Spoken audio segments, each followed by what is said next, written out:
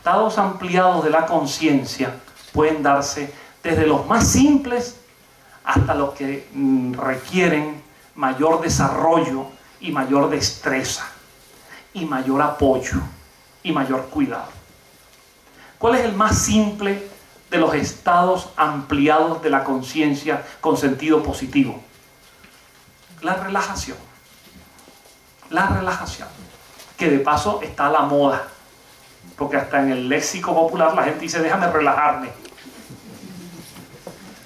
Y está de moda por una razón elemental, y es que aunque siendo la base de casi todos los tratamientos clínicos modernos en psicoterapia, sin embargo es una práctica tan sencilla, tan fácil de hacer y además tan grata que pues todo el que se aproxima a ella le gusta.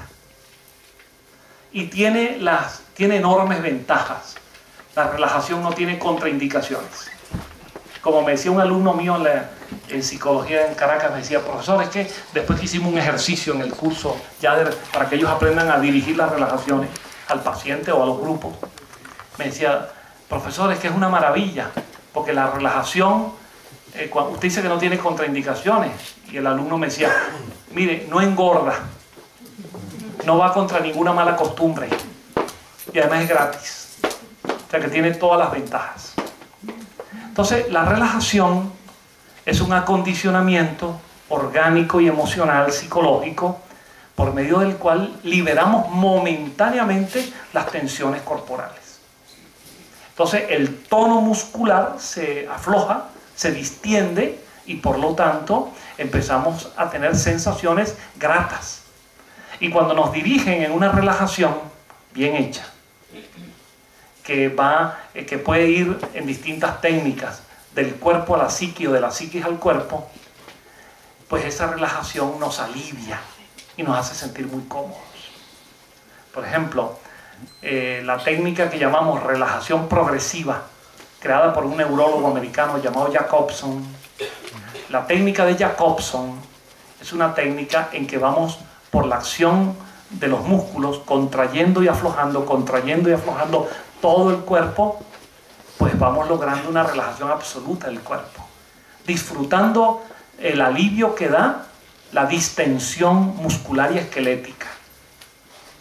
O podemos ir en relajación por un método que va en vía contraria, que llamamos el entrenamiento autogénico, creado por un neuropsiquiatra alemán en 1928, llamado Johannes Schultz.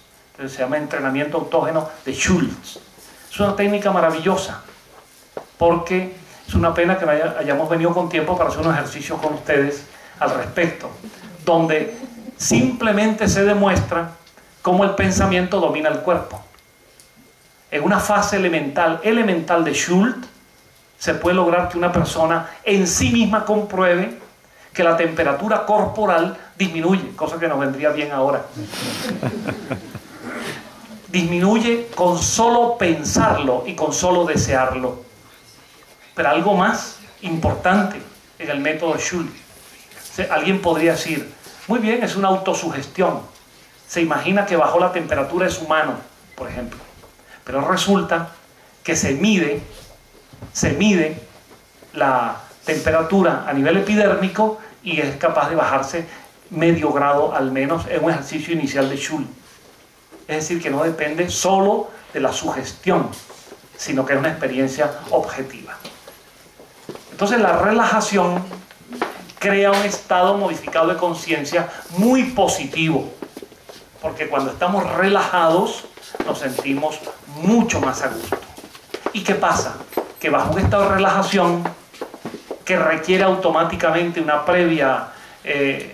previo ejercicio respiratorio y que requiere que cerremos los ojos para que sea más completa, pues en ese momento nuestros cambios cerebrales y nuestros cambios de actitud nos ayudan a dejar de mirar como antes al que estaba enfrente, a dejar de preocuparnos por el problema económico o por la crisis en ese momento, y pasamos a experimentar sensaciones más gratas que pueden ir acompañadas de visualizaciones. Y podemos lograr perfectamente una ideoplastia, es decir, una imagen plasmada, en el cual una persona en un estado de relajación se imagina que está en un bosque agradable, en un sitio muy grato, y eso le proporciona bienestar. Por eso la relajación sirve para todas las personas y sirve clínicamente. Hoy en día no hay psicoterapia, no conozco, y conozco unas cuantas, no conozco psicoterapia que no esté basada en la relajación. Incluso hasta el odontólogo, cuando la persona va, que siempre es una experiencia traumática, y el odontólogo, aunque el odontólogo lo adorne y lo disimule y nos trate con mucho cariño, pero en cuanto saca la fresa y el aparato la gente se desestabiliza. Bueno, incluso allí el odontólogo, si está entrenado en esto, generalmente le pide al paciente que se relaje. Y si la relajación es completa, él ayuda con su nueva condición, ayuda a que el tratamiento sea más eficaz. Entonces, relajación conducida con imaginación, con visualización y con una previa respiración es uno de los mejores estados modificados de la conciencia. La respiración en sí misma es creadora de un estado ampliado de conciencia. Stanislav Grof, por ejemplo, fue uno de los mejores, ha sido uno de los mejores terapeutas transpersonales, y él creó el método Grof, que se refiere a lo que él llamó la respiración holográfica, que es un sistema de respiración tomado de antiguas escuelas yogas, adaptados a la clínica, y por medio del cual en esa respiración no solamente se relaja la persona, sino que empieza a liberar tensiones, emociones negativas, traumas alojados, nudos psicológicos en la persona, que con la respiración van aflojándose y se da paso a todas esas emociones negativas y se sustituyen por emociones positivas. Incluso con la respiración holográfica de Grof se lo consigue una experiencia. Aquí la mayoría de mis colegas empiezan a divorciárselo de lo que yo ahora digo. Con la respiración holográfica de Grof se consigue, igual que con respiración yoga, se puede conseguir perfectamente el acceso a información depositada en nuestra memoria profunda de vidas anteriores. Y esa memoria de vida, si lo quieren ahora por comodidad, de presuntas vidas anteriores, esa información se puede tener acceso. ¿Por qué? Porque al disminuir el grado de la conciencia es cuando podemos acceder a una información que está fuera del foco de la conciencia de vigilia. Sí, que este sea nuestro tema de hoy, pero debo decirlo, pues no sería honesto que yo ahora no lo diga. Una persona nos pregunta, ¿y por qué si yo he reencarnado, he vivido varias veces, por qué no me acuerdo? Es una pregunta clásica. No te acuerdas por una razón elemental, porque le estás pidiendo a un banco de datos una información que él no tiene. O para decirlo en lenguaje informático actual, le estás pidiendo a ese hardware, a ese software, que te dé una información que él no tiene. No tiene el icono, o el icono, dicen aquí. Ambas formas son correctas. Ese icono no lo tiene allí. Entonces le estamos pidiendo a la conciencia de vigilia que dé una información que no tiene.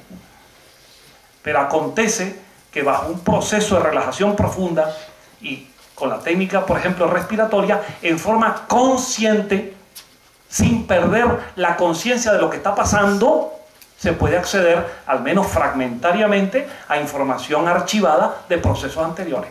Porque estamos tocando el banco de datos que sí la tiene. De lo contrario, en este estado de vigilia, estamos pidiéndole a la memoria una información que ya no tiene. Pero si cambiamos el esquema y profundizamos en un estado ampliado de memoria y de conciencia, conseguimos la información. Y aquí, por lo tanto, tenemos rápidamente que hablar de uno de los métodos que induce fácilmente estos estados ampliados de conciencia, que es la hipnosis. La hipnosis muy vapuleada a veces, porque de ello han tenido culpa los prestidigitadores, los los fabricantes de circos, de espectáculos circenses, donde bajo hipnosis ponen a un público a que se imagine que en lugar de ser esta hora es otra, o extraen una persona del público y la ridiculizan haciendo que cacaree como una gallina, y todo el mundo se ríe de aquello y se piensa que eso es hipnosis. Es hipnosis en cuanto a técnica, no es hipnosis en cuanto a finalidad.